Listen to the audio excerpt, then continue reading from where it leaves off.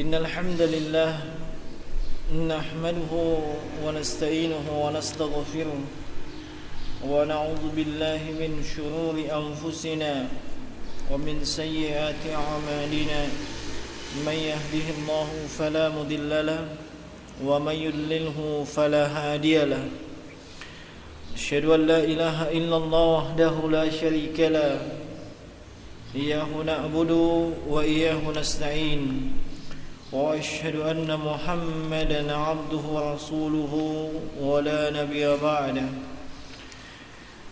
يا أيها الذين آمنوا اتقوا الله حق تقاته ولا تموتن إلا وأنتم مسلمون يا أيها الناس اتقوا ربكم الذي خلقكم من نفس واحدة وخلق منها زوجها وبث منهما رجالا كثيرا ونساء واتقوا الله الذي تساءلون به والأرحام إن الله كان عليكم رقيبا يا أيها الذين آمنوا اتقوا الله وقولوا قولا سديدا يصلح لكم أعمالكم ويغفر لكم ذنوبكم ومن يطع الله ورسوله فقد فاز فوزا عظيما أما بعد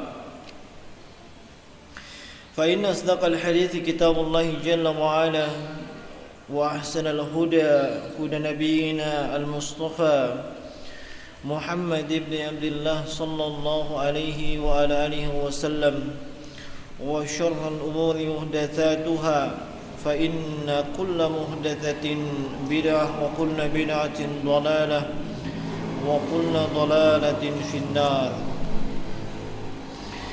معاشر المسلمين والمسلمة hadirin wal hadirat sekalian rahimani wa rahimakumullah walhamdulillah kita memuji Allah Subhanahu wa taala dengan lisan-lisan kita atas segala nikmat dan segala karunia yang selalu dan senantiasa dilimpahkan kepada kita, baik yang umum ataupun yang khusus, nikmat yang seluruh makhluk mendapatkannya dan juga nikmat yang hanya dikhususkan kepada hamba-hamba Allah Subhanahu wa taala.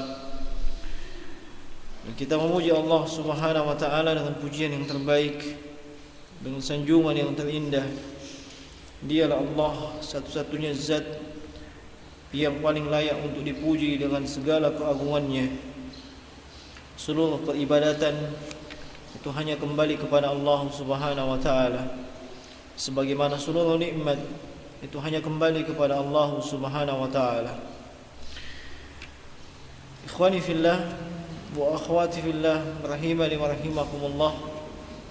InsyaAllah di kesempatan pagi hari ini, sebagaimana yang telah dijadwalkan sebelumnya, kembali kita melanjutkan pembahasan kita dalam salah satu usul atau usul salasah yang pembahasannya kita ambil dari apa yang ditulis oleh Syekhul Islam Muhammad bin Abdul Wahhab ibn Sulaiman ibn Ali Al-Jamimi rahimahullahu ta'ala. Yang mana di pertemuan sebelumnya kita sudah menyelesaikan muqaddimah beliau, kewajiban untuk menuntut ilmu. Beliau mengatakan yajibu alaina ta'ala ma'arba'i masail, wajib atas kita untuk mempelajari 4 perkara, dan ini muqaddimah beliau. Dan yang beliau sebutkan dengan 4 perkara yang wajib dipelajari adalah al-ilmu, dan ilmu yang beliau maksudkan adalah ma'rifatullah wa ma'rifatu nabiyhi wa ma'rifatul dinil Islam bil adillah. Kemudian beliau menyebutkan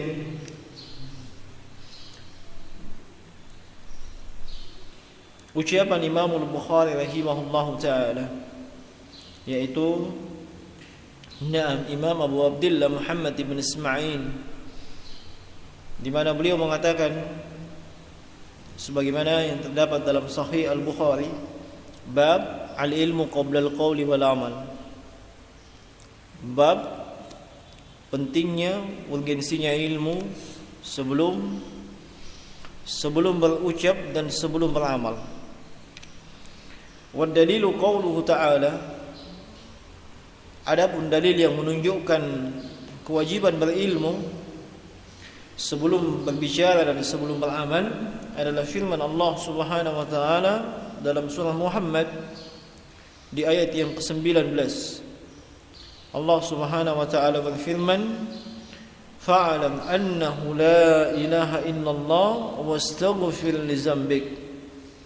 Fa'alam, maka berilmulah, hendaklah kalian mengetahui, annahu, bahwa sungguhnya dia, yaitu Allah, adalah la ilaha illallah, tidak ada ilah, tidak ada sembahan yang berhak untuk disembah kecuali hanya Allah. Wastaghfir li dzambik, dan mohon ampunlah atas dosa-dosamu. Fabada bil ilmi qabla al-qawli wal amal. Beliau Imam Al-Bukhari mengatakan, fabada bil ilmi qabla al-qawli wal amal. Nah, yakni ayat tersebut menunjukkan didahulukannya ilmu, diawalkannya ilmu sebelum berucap, sebelum berdakwah, sebelum menyampaikan, dan juga sebelum beramal. Dan ini merupakan penjelasan penguat apa yang disebutkan oleh Imam Syekh Muhammad bin Abdul Wahhab di awal.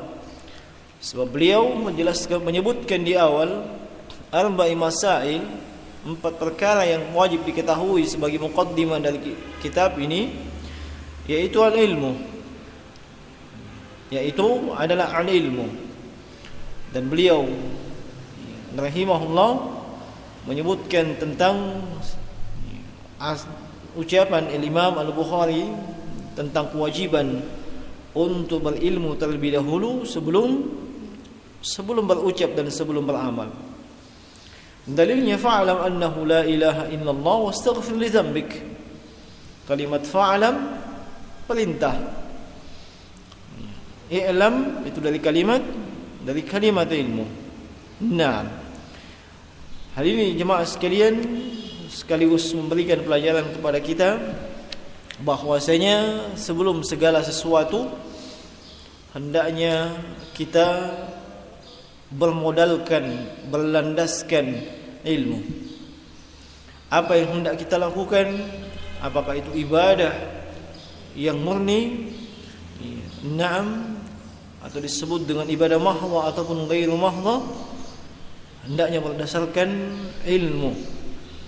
Kita mengetahui bagaimana persyaratan daripada ibadah tersebut, apa saja hal-hal yang terkait dengan ibadah tersebut, dan kemudian kita mengetahui bagaimana pelaksanaan ibadah tersebut sesuai dengan tuntunan sunnah Nabi sallallahu alaihi wasallam.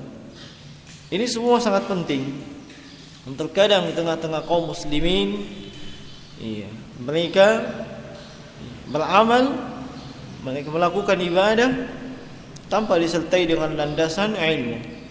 Hanyalah sekedar ikut-ikutan, mengikuti kebiasaan yang ada di tengah-tengah masyarakatnya, atau mengikuti kebiasaannya sejak ia kecil dan seterusnya. Nah, ini muqaddimah beliau dalam salah satu usul. Muqaddimah beliau. Dan nanti kita akan masuk insyaallah kepada pembahasan yang terkait dengan salah satu usul. Beliau rahimahullah mengatakan, "I'lam rahimakallah." Ketahuilah, semoga Allah merahmati kalian, annahu yajibu ala kulli muslimin wa muslimatin, bahwasanya wajib atas setiap muslim dan muslimah ta'alluma salasi hadhil masail wal amalu bihinnah. Wajib atas setiap muslim dan muslimah mempelajari 3 masalah, 3 perkara, dan kemudian beramal dengan ketiga hal tersebut. Naam. Kalimat beliau yajibu ala kulli muslimin wa muslimatin, ini menunjukkan atau memberikan isyarat bahwasanya perkara yang akan beliau sebutkan atau 3 landasan yang akan beliau sebutkan adalah perkara yang wajib, perkara yang pokok. Naam. Dan nanti insya-Allah kita akan lihat dalil-dalil yang menunjukkan akan kewajiban setiap muslim dan muslimah untuk mempelajari dan beramal dengan hal tersebut. Al-ula, kata beliau, yang pertama, annallaha khalaqana wa razaqana wa lam yatrukna hamalan bal arsala ilaina rasula faman ata'ahu dakhalal jannah wa man asahu dakhalan nar. والدليل قوله تعالى إنا أرسلنا إليكم رسولا شاهدا عليكم كما أرسلنا إلى فرعون رسولا فعصى فرعون الرسول فأخذناه أخذا وبيلا. Ma'asyiral muslimin rahimani wa rahimakumullah. Landasan yang pertama yang beliau sebutkan bahwasanya Annallaha khalaqana wa razaqana. Sungguhnya Allah Subhanahu wa taala yang menciptakan kita dan memberikan kita rezeki. Dan dalil yang menunjukkan bahwasanya Allah menciptakan kita itu ada dari Al-Qur'an, nas, dalil sam'iyah, dan juga ada dalil aqliyah. Dalil sam'iyah dari Al-Quran, Syekh Muhammad ibn Shalih Al-Utsaimin menyebutkan cukup banyak.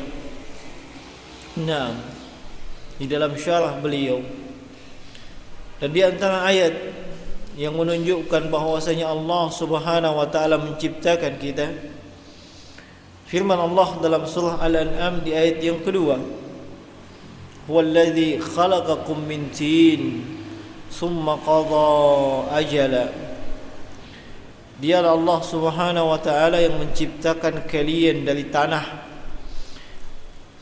summa qadha ajala, kemudian menentukan ajal atau kematiannya. Allah Subhanahu wa taala juga berfirman, "Wa laqad khalaqnal insana min salsalin min hama'in masnun." Dan sungguh kami ciptakan manusia dari salsal, dari tanah liat, min hama'im masnun, dari lumpur yang hitam yang kemudian hal tersebut dibentuk. Dan di antaranya adalah firman Allah Subhanahu wa taala, "Wa min ayatihi an khalaqa lakum min turabin thumma idza antum basharun tantashirun." Dalam surat Rum ayat ke-29, bahwa di antara tanda-tanda kekuasaan Allah adalah menciptakan kalian min turabin, dari tanah, summa idza antum basyarun tantashirun, kemudian tatkala kalian telah menjadi bashar, telah menjadi manusia, kalian pun tersebar. Intinya jemaah sekalian, bahwasanya satu hal yang sangat dimaklumi, Allah menciptakan kita. Bahkan bukan cuman kita yang diciptakan oleh Allah Subhanahu wa taala. Seluruh makhluk semuanya Allah Subhanahu wa taala yang menciptakannya tanpa kecuali. Ini yang dikenal di kalangan para ulama, atau mereka istilahkan dengan istilah tauhid rububiyah, yaitu mengesahkan Allah Subhanahu wa taala bahwa dialah Allah yang menciptakan segala sesuatu. Dialah Allah Subhanahu wa taala yang memberikan rezeki pada segala sesuatu.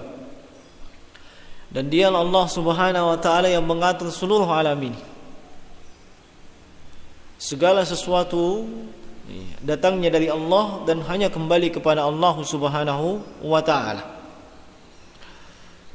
Allah Khaliq, Allah Malik, Allah Razik, Allah Ghaffar dan seterusnya. Ini adalah landasan yang pertama. Kita mengetahui dan meyakini hal tersebut. Dan ini sesuai dengan fitrah asal daripada manusia. Setiap manusia, bagaimanapun keadaan dan kondisinya, secara fitrah mengakui ada yang menciptakannya, ada yang menghidupkannya, ada yang menjamin rezekinya, dan mengakui bahwa di alam semesta ini ada yang mengatur segala sesuatu. Itu fitrah manusia. Dan kata Syekh Muhammad ibn Shalih Al-Utsaimin, "Walam ya'lam anna ahadan minal khalqi ankara rububiyyatillahi subhanahu wa ta'ala illa ala wajhil mukabirah." Kata beliau, tidak diketahui ada satupun dari kalangan makhluk, satupun dari kalangan manusia yang mengingkari akan rububiyah Allah, mengingkari akan kekuasaan Allah, kebesaran Allah, keperkasaan Allah. Hampir tidak ada. Kecuali kalau manusia tersebut adalah manusia yang sombong. Meski dia dalam hati kecilnya, di lubuk hatinya mengakui, meyakini bahwasanya Allah itu yang menciptakan, Allah yang menghidupkan, Allah yang memberikan rezeki dan seterusnya. Nah, ini fitrah manusia. Hatta Fir'aun sendiri. Nah, hatta Fir'aun yang disebabkan oleh kesombongannya, na'am, laknatullah alaih, tetap ia mengakui akan rububiyah Allah Subhanahu, rububiyah Allah Subhanahu wa taala. Demikian pula dengan kaum musyrikin di Makkah ketika itu. Mereka meyakini bahwasanya Allah itu yang maha besar, Allah yang menciptakan segala sesuatu, Allah Subhanahu wa taala yang memiliki kekuasaan tanpa tandingan, Allah Subhanahu wa taala yang diesakan dalam rububiyahnya. Kaum musyrikin Makkah tahu itu. Kaum musyrikin Makkah meyakini hal tersebut. Nah, intinya Syekh rahimahullahu taala menyebutkan bahwa landasan yang pertama di sini bahwasanya yang wajib kita ketahui dan wajib untuk beramal dengannya dalam bentuk keyakinan dan juga dalam bentuk amalia, Allah menciptakan kita. Allah pula yang mencurahkan rezeki atas kita. Walam yatrukuna hamalan. Allah menciptakan, Allah memberikan rezeki dan tidak membiarkan kita begitu saja. Tidak membiarkan kita begitu saja. Artinya Allah Subhanahu wa taala menciptakan kita bukan sekedar untuk diciptakan dan dibiarkan begitu saja. Ada hikmah, ada maksud di balik penciptaan manusia. Bal arsala ilaina rasulan, bahkan diutus kepada kita seorang rasul.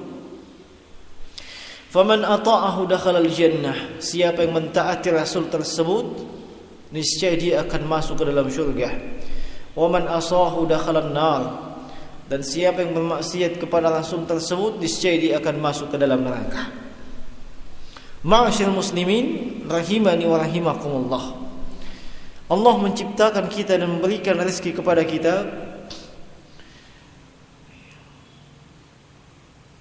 bukan hanya sekedar diciptakan demikian, tapi diutus kepada kita seorang rasul. Bahkan bukan cuma seorang rasul, setiap umat manusia itu diutus kepada mereka rasul. Setiap umat manusia. Di dalam surah Al-An'am, surah An-Nahl, di ayat ke-36, Allah Subhanahu wa taala berfirman, "Laqad ba'atsna fi kulli ummatin rasula an i'budullaha wajtanibut taghut." Dan sungguh kami telah mengutus kepada setiap umat. Allah tegaskan, kepada setiap umat diutus kepada mereka seorang rasul. Seorang rasul yang ani'budullaha wajtanibut taghut, yang mengajak kaumnya untuk hanya menyembah dan beribadah kepada Allah dan menjauhkan diri dari segala sesuatu yang disembah selain Allah Subhanahu wa taala. Itulah taghut. Untuk kepentingan manusia beribadah kepada Allah Subhanahu wa taala, mengenal, mengetahui hikmah, maksud dan tujuan ia diciptakan, maka diutuslah rasul. Diutuslah rasul untuk menjelaskan hal tersebut, untuk memberikan tuntunan kepada manusia, menjelaskan kepada mereka maksud, hikmah, tujuan mereka diciptakan di dunia ini. Nah, ma'asyiral muslimin rahimani wa rahimakumullah, diutusnya rasul pada setiap umat, kata Syekh Muhammad ibn Shalih Al-Utsaimin, itu memiliki 3 hikmah. Memiliki 3 hikmah diutusnya rasul kepada umat manusia. Hikmah yang pertama, untuk menegakkan hujjah. Menegakkan hujjah. Di dalam surah An-Nisa di ayat 165, Allah Subhanahu wa taala berfirman, "Rusulan mubasysyirin wa munzirin li'alla yakuna lin-nasi hujjatun 'ala Allah ba'da ar-rusul." Semua rasul itu mubasysyirin wa munzirin. Mereka memberikan berita gembira. Mereka memberikan peringatan. Allah menyebutkan dalam ayat tersebut, memberikan berita gembira, menjelaskan jalan-jalan menuju kepada kebaikan yang bisa mengantarkan kepada ridha dan surga Allah Subhanahu wa taala, dan sekaligus memberikan peringatan jalan-jalan yang bisa mengantarkan kepada kesesatan, kepada penyimpangan dan seterusnya. Tujuannya apa? Supaya manusia tersebut tidak ada lagi alasan di hadapan Allah, tidak ada lagi argumentasi di hadapan Allah, bahwasanya tidak ada yang memberikan peringatan kepada mereka, tidak lagi bisa membantah di hadapan Allah Subhanahu wa taala. Makanya diutuslah rasul, menegakkan hujjah kepada mereka, menjelaskan kepada mereka. Hikmah yang kedua, diutusnya rasul sebagai rahmat untuk seluruh alam. Allah Subhanahu wa taala berfirman dalam surah Al-Anbiya di ayat 107, "Wa ma arsalnaka illa rahmatan lil alamin." Dan tidaklah kami mengutus engkau wahai Muhammad kecuali sebagai rahmat untuk seluruh alam. Di ayat ini Allah Subhanahu wa taala menetapkan dan menegaskan dan memberitahukan kepada kita, "Wa ma arsalnaka illa rahmatan lil alamin." Perhatikan susunan kalimatnya jemaah sekalian. Dan tidaklah kami mengutus engkau wahai Muhammad illa rahmatan lil alamin. Isnad wan nafi. Tidaklah kami mengutus engkau wahai Muhammad kecuali hanya untuk rahmat bagi seluruh alam. Nah, kemudian hikmah yang ketiga jemaah sekalian adalah untuk menjelaskan kepada setiap umat dari rasul-rasul tersebut, termasuk umat Rasulullah sallallahu alaihi wasallam, jalan yang bisa mengantarkan mereka mengenal dan menunaikan hak-hak Allah Subhanahu wa taala. Jalan yang bisa mengantarkan mereka menuju kepada kebahagiaan, kepada kemenangan, sekaligus jalan yang bisa menjerumuskan mereka kepada kehancuran, kepada penyimpangan dan seterusnya. Di dalam hadis yang diriwayatkan oleh Imam Muslim di dalam sahihnya, Rasulullah sallallahu alaihi wasallam bersabda, "Innahu lam yakun nabiyyun qabli illa haqqan alaihi an yadulla ummatahu ala khairin ma ya'lamuhu lahum wa yunzirahum minasyarri ma ya'lamuhu lahum." Rasulullah bersabda, "Innahu lam yakun nabiyyun qabli." Sungguhnya tidak ada satupun nabi sebelumku. Tidak ada satupun nabi sebelumku illa kana haqqan alaihi, kecuali wajib atas setiap nabi-nabi tersebut. Untuk apa? Untuk menunjukkan kebaikan yang mereka ketahui kepada umatnya. Setiap nabi punya kewajiban untuk menyampaikan kepada umatnya, menunjukkan kepada umatnya kebaikan yang mereka ketahui, sekaligus wayunzirahum, memperingatkan kepada mereka segala macam bentuk kejelekan, segala macam bentuk keburukan kepada umatnya. Ini hikmah dibalik diutusnya Rasul. Hikmah dibalik diutusnya Rasul. Allah Subhanahu wa taala menciptakan kita, memberikan rezeki kepada kita, memberikan berbagai fasilitas kepada kita.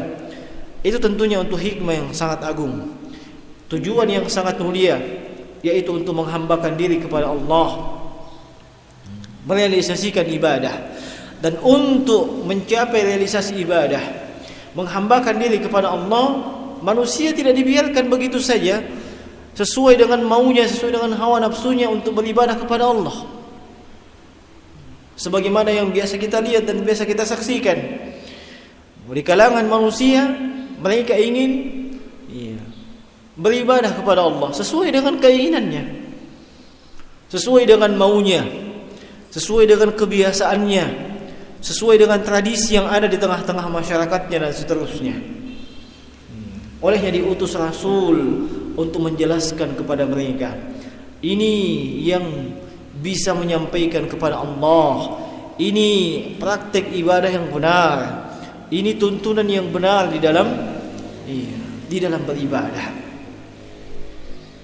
Allah menciptakan kita untuk beribadah, jemaah sekalian. Allah menurunkan Rasul untuk menjelaskan hal tersebut, dan Rasul tersebut membawa kitab, membawa pegangan, membawa pedoman dari Allah Subhanahu wa taala. Nah, ini yang wajib untuk kita ketahui. Faman ata'ahu dakhalal jannah. Siapa saja yang mentaati Rasul tersebut, niscaya akan masuk ke dalam surga. Allah Subhanahu wa taala berfirman, "Wa atiullaha wa rasula la'allakum turhamun."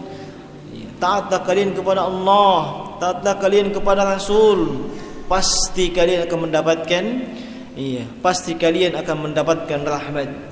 Dan Allah Subhanahu wa taala berfirman, "Wa man yuti'illah wa rasulahu yudkhilhu jannatin tajri min tahtiha al-anhar." Barang siapa yang taat kepada Allah dan Rasulnya, niscaya akan dimasukkan ke dalam syurga yang di bawahnya mengalir sungai-sungai, khalidina fiha, mereka kekal abadi selama-lamanya. Wa dzalikal fawzul azim. Itulah yang disebut dengan fawzul azim, keberuntungan yang sangat dahsyat, keberuntungan yang sangat besar. Dan di dalam hadis yang masyhur dari sahabat Abu Hurairah radhiyallahu taala anhu, Rasulullah sallallahu alaihi wasallam bersabda, "Kullu ummati yadkhulul jannah illa man aba." Setiap umatku, kata Rasulullah, itu pasti akan masuk surga kecuali yang tidak mau. Nabi sudah menyebutkan, kullu ummati yadkhuluna al-jannata illa man aba. Setiap umatku akan masuk surga illa man aba, kecuali yang tidak mau. Nah, potongan hadis tersebut menunjukkan ada isyarat garansi dari Nabi sallallahu alaihi wasallam. Ada jaminan dari Nabi sallallahu alaihi wasallam bahwa umat beliau ummatul istijabah, termasuk di antaranya adalah kita semua sampai dengan manusia akhir zaman, itu ada jaminan masuk ke dalam syurga. Nah, ada jaminan masuk ke dalam syurga. Illa man aba, kecuali memang yang mereka enggan untuk mau masuk ke dalam syurga. Dan keengganan mereka masuk ke dalam syurga mungkin dari sisi ucapan tidak akan keluar dari lisan mereka. Tidak akan kita dengarkan dari manusia mengatakan saya tidak mau masuk surga. Tidak ada itu. Bahkan ketika ditanya, mereka pasti akan menjawab saya mau masuk surga, meskipun dia tidak pernah mengetahui apa dan bagaimana mau dari surga tersebut. Yang jelas berbicara tentang surga, seluruh agama pun tahu bahwa itulah tempat yang terbaik. Nah, dan seluruh pemeluk agama-agama tentu menginginkan masuk ke dalam surga. Nah, Nabi SAW menyebutkan illa man aba, kecuali memang mereka yang tidak mau masuk surga. Nah, maka para sahabat ketika itu bertanya, "Qila ya Rasulullah, siapa itu ya Rasulullah yang tidak mau masuk dalam surga?" Nabi SAW kemudian menyebutkan, "Man ata'ani dakhala al-jannah wa man asani faqad aba." Siapa yang taat kepadaku, niscaya dia akan masuk ke dalam surga. Dan siapa yang bermaksiat, tidak taat kepadaku, dia tidak akan masuk dalam surga. Itulah yang tidak mau. Nah, Nabi memberikan rumus yang sangat ringkas, simpel dan padat. Untuk masuk ke dalam surga cukup taat kepada beliau. Cukup taat kepada beliau. Dan ketaatan kepada beliau tentunya mentaati dalam hal perintah dan mentaati dalam hal larangan. Dalam hal perintah kita menjalankan perintah beliau. Dalam hal larangan kita meninggalkan apa yang telah beliau larang untuk kita lakukan. Dalam hal perintah, Nabi SAW itu para sahabat radhiyallahu anhum ajma'in, ketika mereka mentaati Nabi, mereka menjalankan semua apa yang diperintahkan oleh Nabi sesuai dengan kemampuan mereka. Kadang mereka tidak perlu bertanya, ini untuk apa? Apa tujuannya? Apa hikmahnya? Kenapa kita diperintah seperti itu? Tidak seperti dengan manusia di zaman kita ini. Kenapa? Mungkin mereka merasa cerdas, merasa pandai, merasa hebat, merasa IQ-nya tinggi, dari golongan intelektual, dari golongan cendekiawan. Setiap datang perintah dari Nabi, ini perintah hukumnya apa? Wajibkah? Sunnatkah? Mubahkah? Biasanya bertanya seperti itu. Para sahabat radhiyallahu anhum ajma'in, ketika mereka diperintah oleh Nabi, "Sallu kama ra'aitumuni usalli," salatlah kalian sebagaimana aku salat. Mereka tidak tanya-tanya, apakah perintah ini wajib ya Rasulullah, ataukah cuma sunat, ataukah mubah? Mereka langsung laksanakan. Mereka langsung laksanakan. Beda dengan manusia di zaman ini. Tanya-tanya dulu kiri kanan, itu wajibkah, sunnahkah, mubahkah? Tujuannya apa? Kalau itu cuma mubah, tidak usah. Kalau itu cuma sunat ji. Itu sangat berbeda dengan zamannya sahabat radhiyallahu anhum ajma'in. Sangat berbeda dengan zamannya sahabat radhiyallahu anhum ajma'in. Mereka mendapat perintah dari Nabi SAW, mereka langsung laksanakan. Nah, demikian pula dengan masalah larangan. Mereka mendapatkan larangan dari Nabi sallallahu alaihi wasallam, mereka langsung tinggalkan. Mereka langsung tinggalkan tanpa bertanya, ini hukumnya apa? Nah, apa hikmahnya? Kenapa kita mesti tidak boleh begitu? Kenapa tidak boleh demikian dan seterusnya? Para sahabat subhanallah tinggalkan. Adapun soal hikmah kenapa demikian dan seterusnya, mereka tidak peduli dengan itu. Nabi sallallahu alaihi wasallam ketika bersabda, "Iyyakum wal julus fit turuqat." Jangan kalian duduk di pinggir jalan. Jangan kalian duduk di pinggir jalan. Nah, mereka tidak tanya, kenapa? Ini kan cuma pinggir jalan. Apa salahnya? Kenapa bang? Dan seterusnya. Tidak ada dari mereka. Nah, meski demikian Nabi menjelaskan. Nabi menjelaskan, kecuali bagi mereka yang mampu menundukkan pandangan, bisa beramal ma'ruf nahi munkar, silahkan. Tapi kalau tidak, iyyakum wal julus biturqat. Jangan kalian duduk di pinggir jalan. Yang semua yang lewat, apapun yang lewat, siapapun yang lewat, semuanya dipandangi dan seterusnya. Itu larangan Nabi sallallahu alaihi wasallam.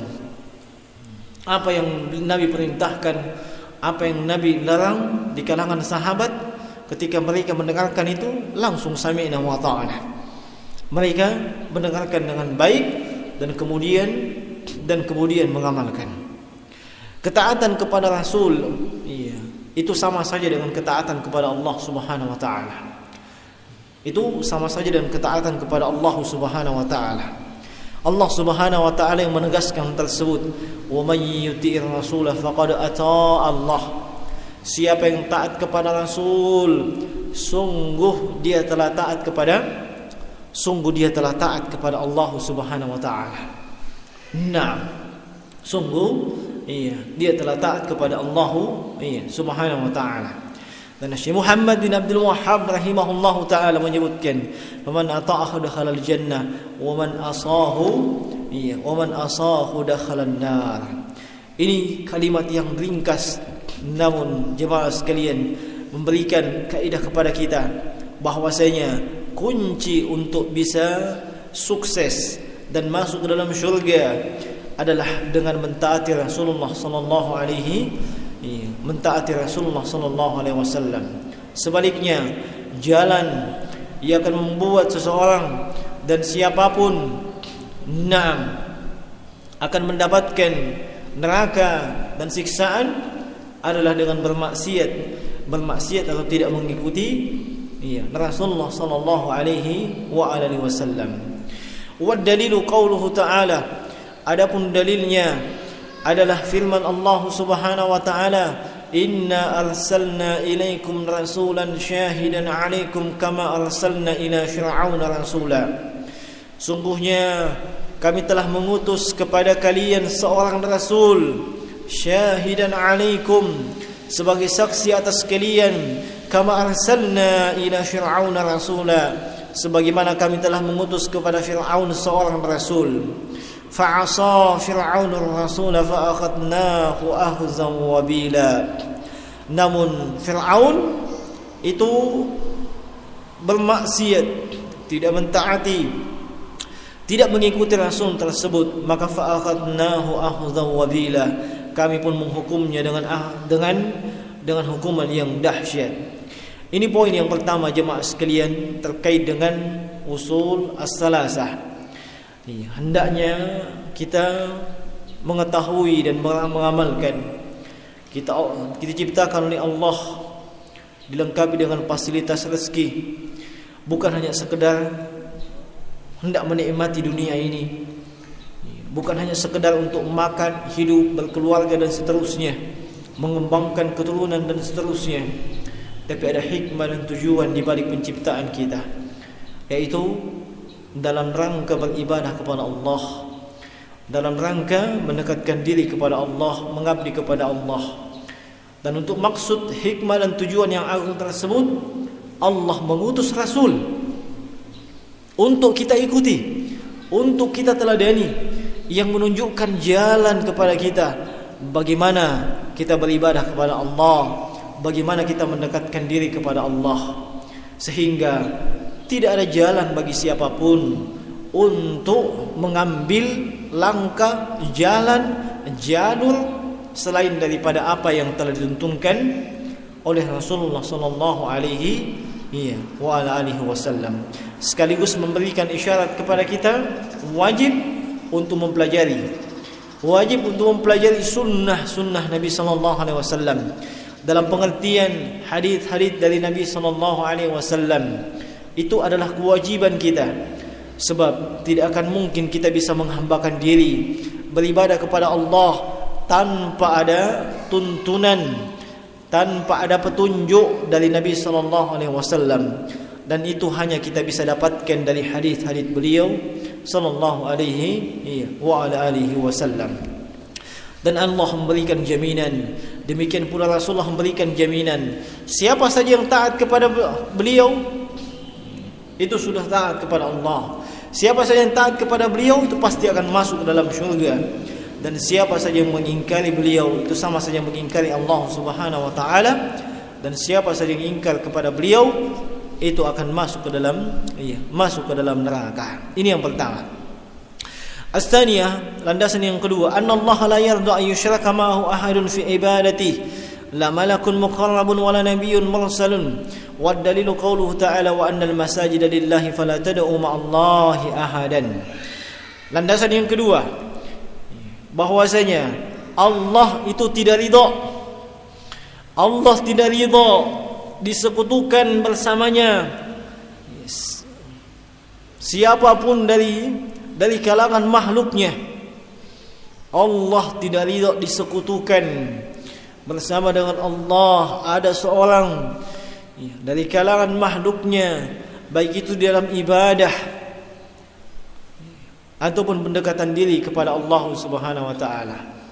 Dengan kata lain, Allah itu membenci dan murka terhadap kesyirikan. Allah itu benci dan murka terhadap kesyirikan dengan segala bentuk, model dan jenisnya. Nah, dengan segala bentuk, model dan jenisnya. Nah, di dalam hadis yang masyhur Rasulullah sallallahu alaihi wasallam bersabda, "Inna Allah yarda lakum salasan wa yubghidu lakum salasan aw kama qala." Allah ridha kepada kalian 3 perkara. An ta'buduhu wa la tusyriku bihi syai'a wa an ta'tasimu bihablillahi jami'a wa la tatafarraqu. Yaitu Allah ridha kepada kalian mentauhidkan Allah dan tidak menyekutukan Allah dengan sesuatu apapun. Kalian berpegang teguh dengan agama Allah dan tidak berpecah belah. Dan tidak berpecah belah. Allah Subhanahu wa taala itu sangat benci dengan kesyirikan. Allah Subhanahu wa taala itu sangat murka dengan kesyirikan. Dan Syekh Muhammad di sini membawakan dalil wa annal masajida lillah fala tad'u ma'allahi ahada, bahwa sungguhnya masjid-masjid itu adalah milik Allah, maka janganlah kalian berdoa bersama dengan Allah kepada siapapun. Ma'asyiral muslimin, ikhwani fillah, rahimani wa rahimakumullah. Sungguhnya masjid secara bahasa adalah tempat untuk sujud. Dari kalimat sajadah yasjudu masjidan, itu masjid, bukan masjid, apalagi masjid. Nah, tolong lisan-lisan mereka yang sudah biasa belajar ilmu syar'i, sudah biasa menghadiri halaqah-halaqah kajian-kajian ilmu, hendaknya lisannya itu tidak mengikuti lisannya masyarakat awam. Masjid bukan masjid, apalagi masjid atau masjid, sebab dia adalah sajada yasjudu masjidan. Nah, dan itu memang berpengaruh jemaah sekalian. Dialek, logat, suatu daerah berpengaruh. Bukan cuma berpengaruh kepada pengucapan, ungkapan, berpengaruh juga dalam bacaan Al-Quran. Nah, sangat berpengaruh. Iya, sangat berpengaruh. Kadang seseorang membaca Al-Quran, menjadi imam suatu masjid, makmum di belakang tahu, oh itu, iya, orang Masamba itu. Nah, oh itu orang Toraja itu. Meskipun dia tidak umumkan dirinya. Kenapa? Logat, dialek terbawa dalam bacaannya. Nah, terbawa dalam bacaan Al-Qurannya. Padahal yang cocok, yang tepat adalah kita membaca Al-Quran dengan Arabiyyin mubin, dengan logat dialek Arab. Iya, bukan Al-Quran dikasih cocok dengan dialek kita. Demikian pula yang lainnya. Apalagi seperti yang pernah terjadi, Al-Quran dibaca dengan langgam Jawa. Iya. Naam. Itu sangat-sangat tidak cocok. Naam. Sangat tidak tepat. Tidak layak.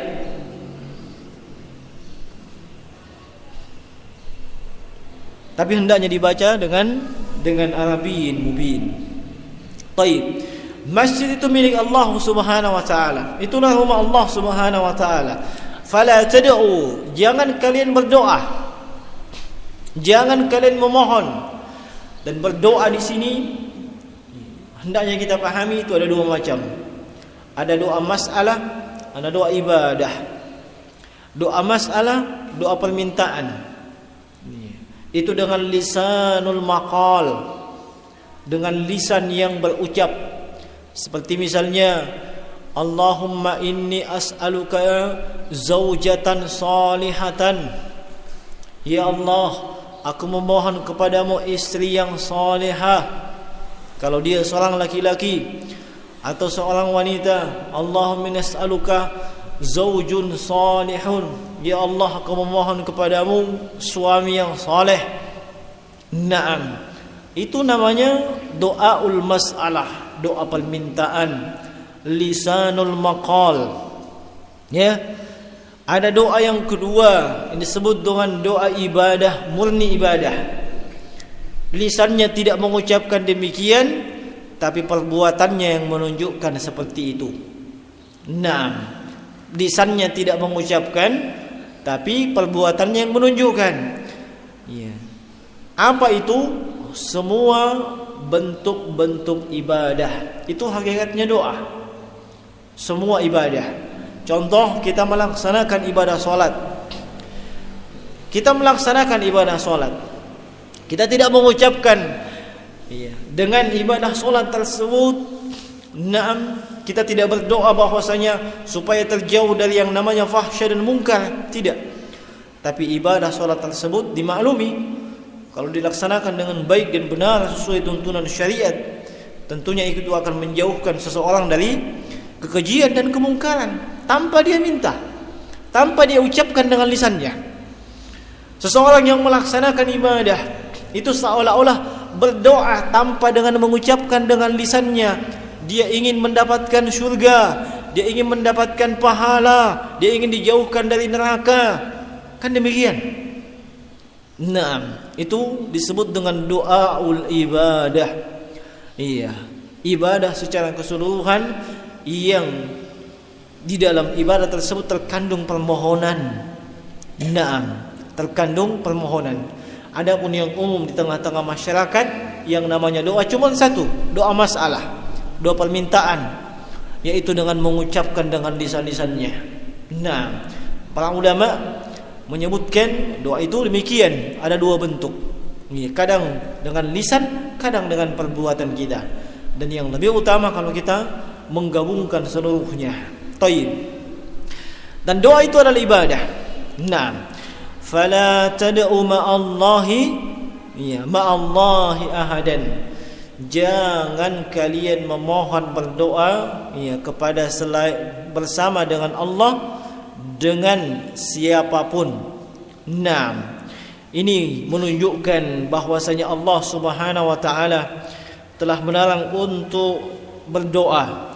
Siapapun memohon bersama dengan Allah kepada juga selain Allah Subhanahu kepada selain Allah Subhanahu wa taala.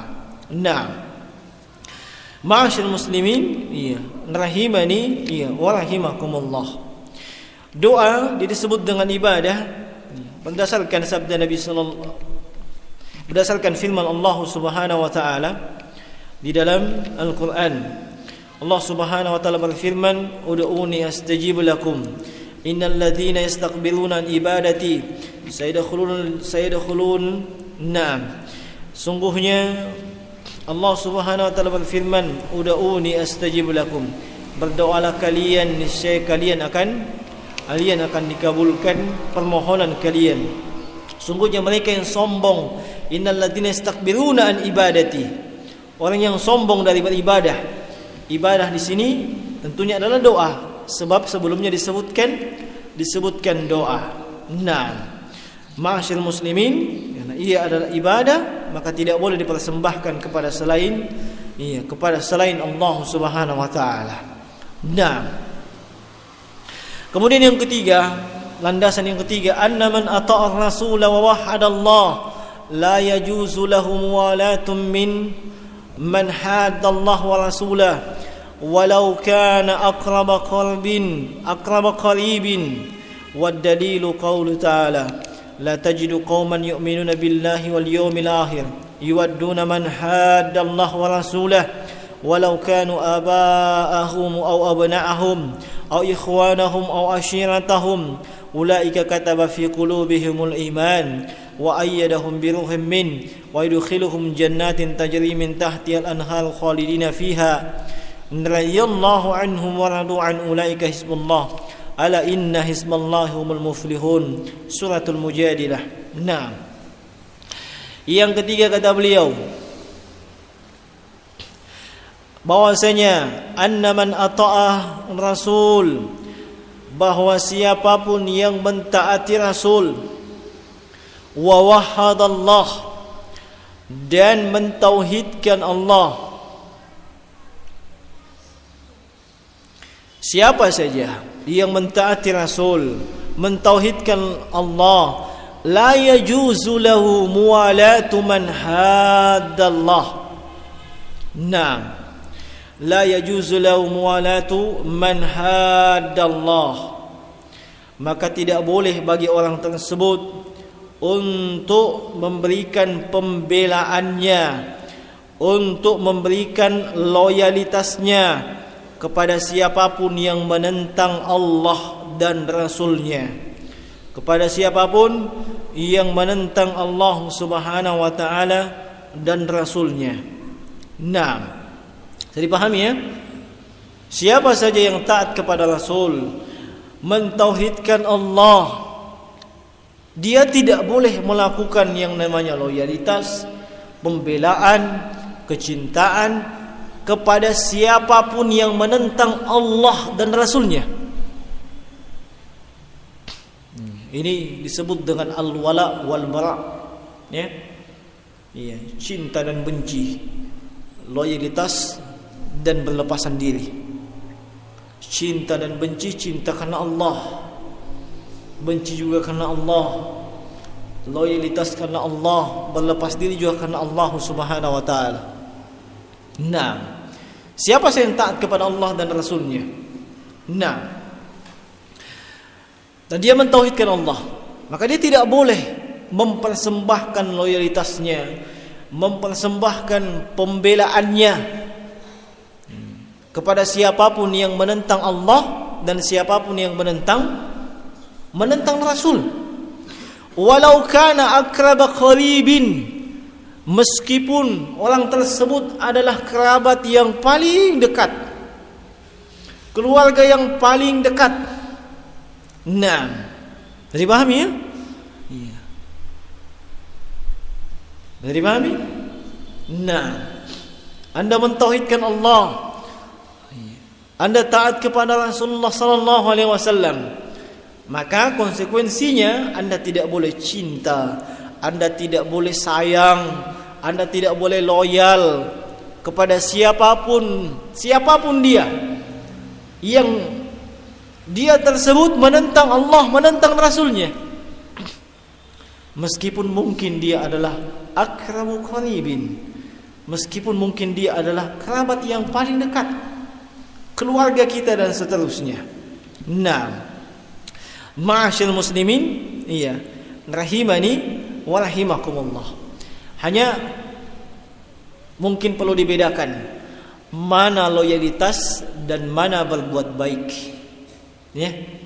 Mana loyalitas, cinta, dan mana yang namanya berbuat baik. Di sini kadang orang yang keliru. Iya.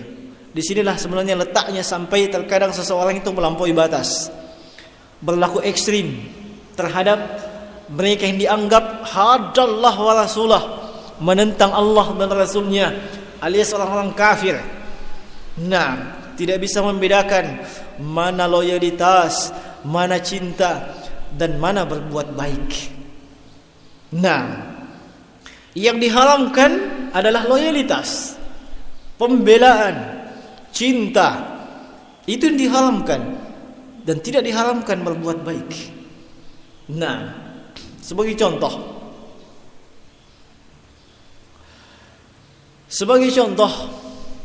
kita memiliki kerabat, karena disinggung dalam ucapan beliau adalah kerabat, keluarga. Keluarga kita itu adalah non-muslim. Keluarga kita itu non-muslim, bukan Islam. Itu sudah merupakan bentuk menentang Allah dan Rasulnya. Dia sudah masuk dalam kategori menentang Allah dan Rasulnya. Tidak boleh loyal kepadanya, tidak boleh cinta kepadanya, tapi boleh berbuat baik kepadanya. Kalau dia statusnya adalah orang tua kita, ya, maka tetap ada kewajiban untuk berbakti kepada dia selaku orang tua. Itu tidak gugur dengan kewajiban, tidak gugur dengan kekafirannya dia, tidak. Tetap berbakti kepadanya. Dengan harta kita, dengan harta si anak, dengan perbuatan si anak, dan dengan ucapan si anak. Itu namanya berbuat baik. Beda dengan loyalitas. Loyalitas dan kecintaan, ada keluarganya tersebut atau orang tuanya tersebut, naam, yang ingin melaksanakan ibadah kepada selain Allah, dia malah bantu. Hari Ahad seperti ini misalnya, dia mau ke tempat kanisah sana, ke gereja, dia bantu, dia fasilitasi, dibelikan kitabnya apa semua segala macam. Ini bentuk loyalitas yang seperti ini. Ini tidak dibolehkan. Nah, harusnya untuk hal-hal yang menentang Allah dan Rasulnya biarkan dia. Nah, terus kalau bulan Desember tanggal 25 dia belikan pohon Natal, dibelikan kartu dan seterusnya, itu loyalitas namanya itu. Itu cinta. Itu bukan berbuat baik. Iya. Itu bukan berbuat baik. Berbuat baik sesuai dengan kapasitas dia. Dia orang tua, Anda berbakti. Berikan makan, berikan dia nafkah sesuai dengan kemampuan antum. Anda bertutur kata yang baik, memberikan perbuatan yang baik. Itu namanya berbuat baik, bukan loyalitas. Nah, sebagaimana ketika ada tetangga kita, yang tetangga kita non-muslim, dan dia membutuhkan pertolongan, apakah dia membutuhkan di antara mungkin istrinya hendak melahirkan dan seterusnya, maka hendaknya kita menolong. Itu bukan loyalitas, itu berbuat baik. Nah, itu berbuat baik, bukan loyalitas. Sebab tidak terkait dengan agamanya. Tidak terkait dengan agama dan kepercayaannya, atau dengan pastinya tidak terkait dengan penentangannya kepada Allah dan Rasulnya. Nah, sehingga harus dibedakan antara kedua hal tersebut, berbuat baik dan loyalitas. Yang diharamkan adalah loyalitas. Adapun yang boleh itu adalah berbuat baik. Nah, ma'asyiral muslimin, rahimani wa rahimakumullah.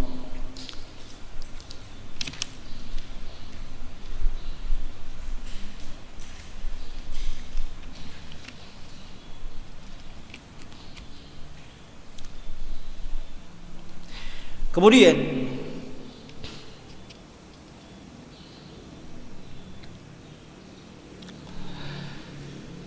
Syekh menyebutkan dalil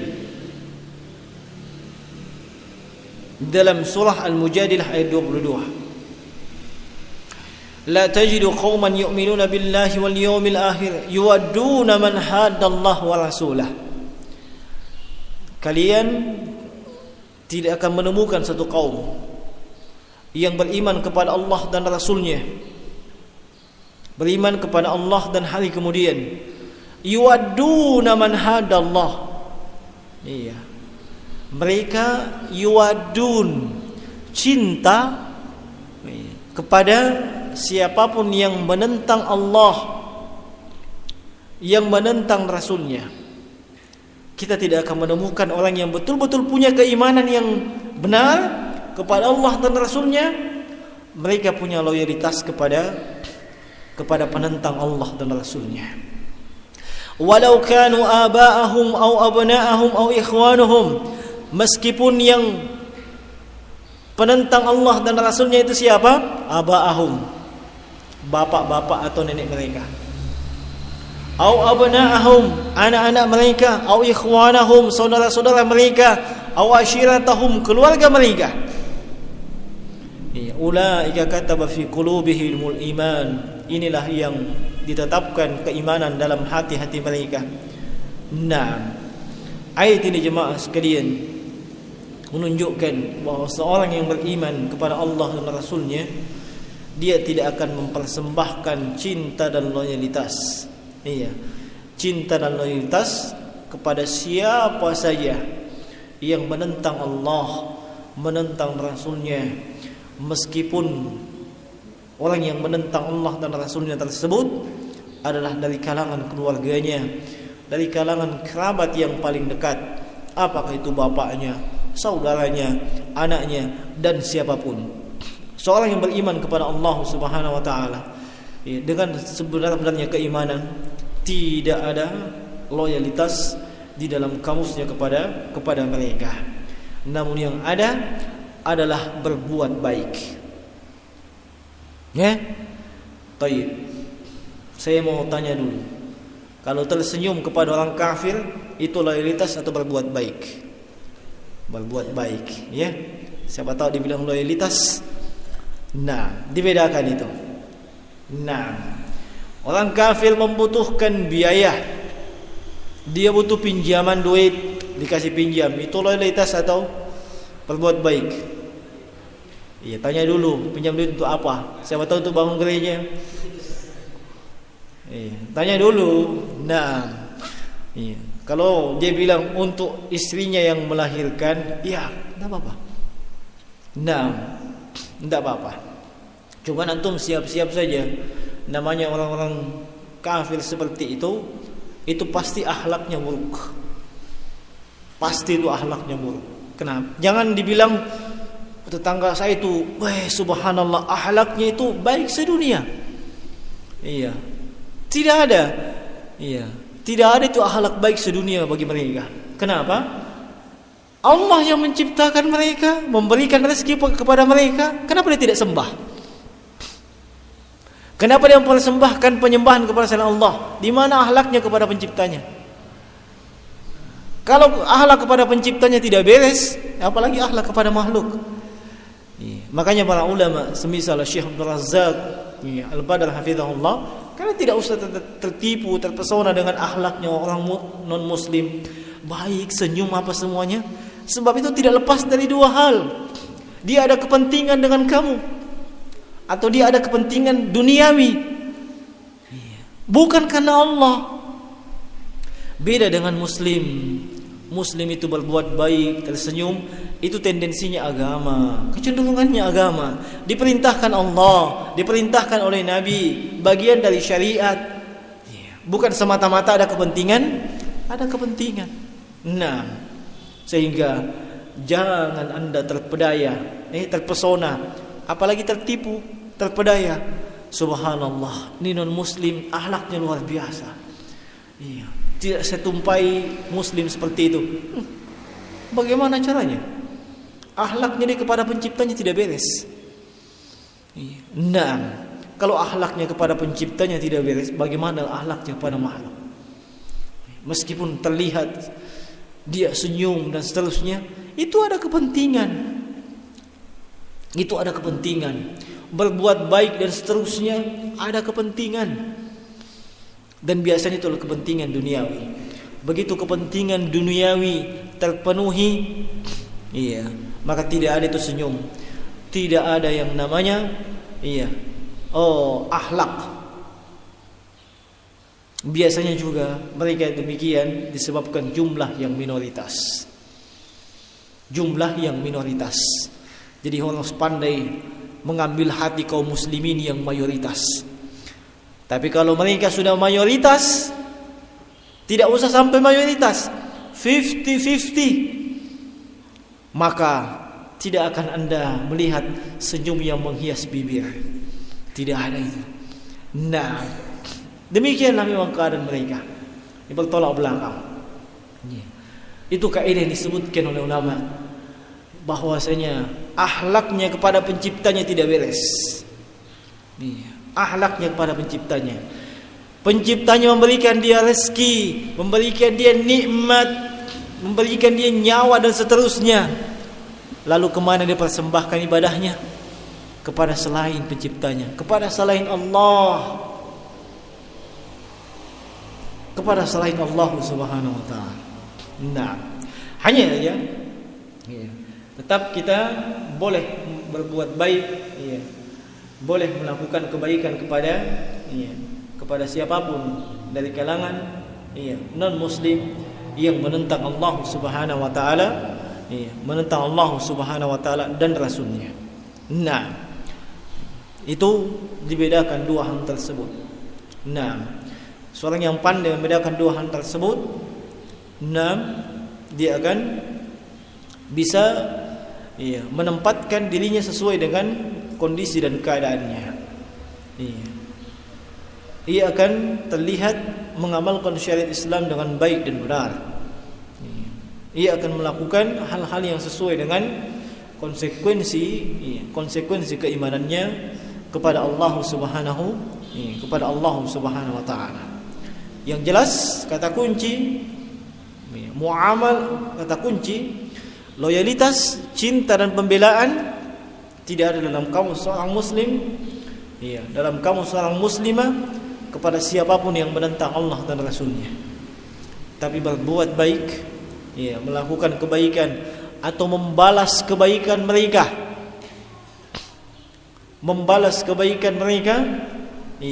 itu adalah sesuatu hal yang dituntut dalam syariat. Jangan sampai kebencian kita kepada mereka, baik itu disebabkan hal-hal yang bersifat pribadi, membuat kita tidak berlaku adil kepada mereka.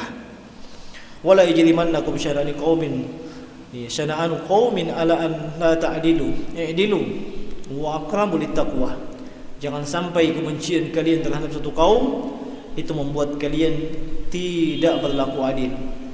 Berlaku adillah, sebab keadilan itu lebih dekat kepada ketakwaan. Nah, tayyib.